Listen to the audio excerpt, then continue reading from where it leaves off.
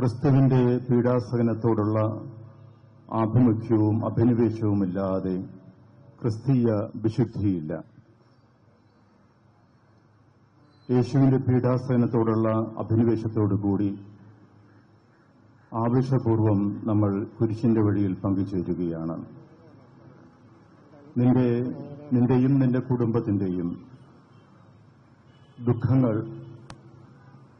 വേദനകൾ, ക്ലേശങ്ങൾ കർത്താവിന്റെ പീഡാസഹനത്തോട് ചേർത്ത് വെച്ചാൽ അവയ്ക്ക് വലിയ വില, വലിയ കൃപ, വലിയ അനുഗ്രഹം ലഭിക്കുമെന്ന് തന്റെ യുവാവായ ഭർത്താവിന് നഷ്ടപ്പെട്ട ഒരു ഭാര്യയോട് ഒരു കർദിനാൾ പറഞ്ഞത് ഓർക്കുന്നുണ്ട്.